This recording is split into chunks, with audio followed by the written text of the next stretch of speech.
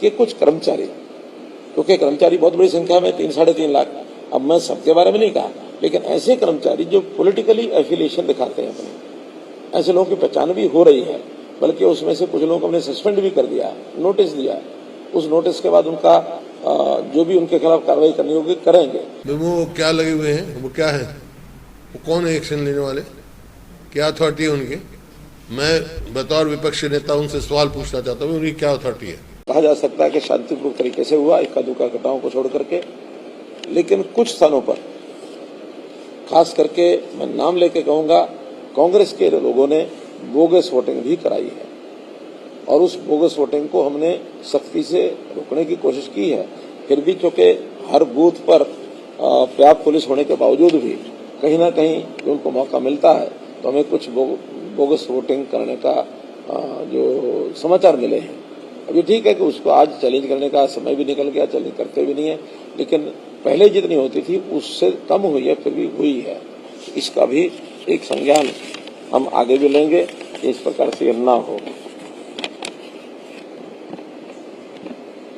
एक बात हुड्डा साहब ने खास करके मेरे खिलाफ कही, अभी कल ही कही, क्या कि ये तो बौखलाहट है जिसमें से ये उल्टे सीधे बयान दे रहे हैं, और मैं उस बयान पर आज भी कायम हूं। मैंने स्टेज से बयान दिया कि कुछ कर्मचारी, क्योंकि कर्मचारी बहुत बड़ी संख्या में 3-3.5 लाख, अब मैं सबके बारे में नहीं कहा, लेकिन ऐसे कर्मचारी जो पॉलिटिकली एफिलिएशन दिखाते हैं अपने, ऐसे लोगों की पहचान भी हो रही है, बल्कि उसमें से कुछ लोगों को हमने सस्पेंड भी कर दिया, नोटिस दिया।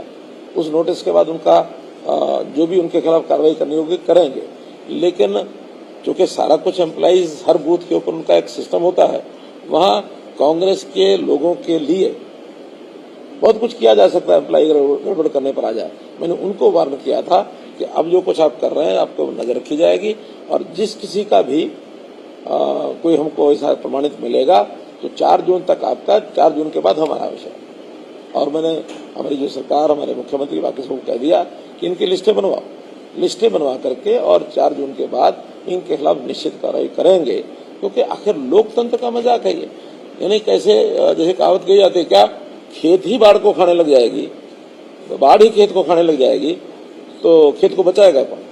आखिरी कर्मचारियों का दायित्व है कि एक निष्पक्ष चुनाव लोकतांत्रिक तरीके से कराएं, जिसमें हमारी कर्मचारियों की है। वो क्या लगे हुए हैं, वो क्या है, वो कौन है एक्शन लेने वाले, क्या अथॉरिटी है उनकी? मैं बतौर विपक्षी नेता उनसे सवाल पूछना चाहता हूँ, उनकी क्या अथॉरिटी है, किस बात के लिए? अरे गवर्नमेंट उनकी, वहाँ पोलिंग एजेंट उनके, पोलिंग एजेंट तो बैठे होंगे ना, तो कोई ऐसी रिपोर्ट आई है क्या पूरे उसमें?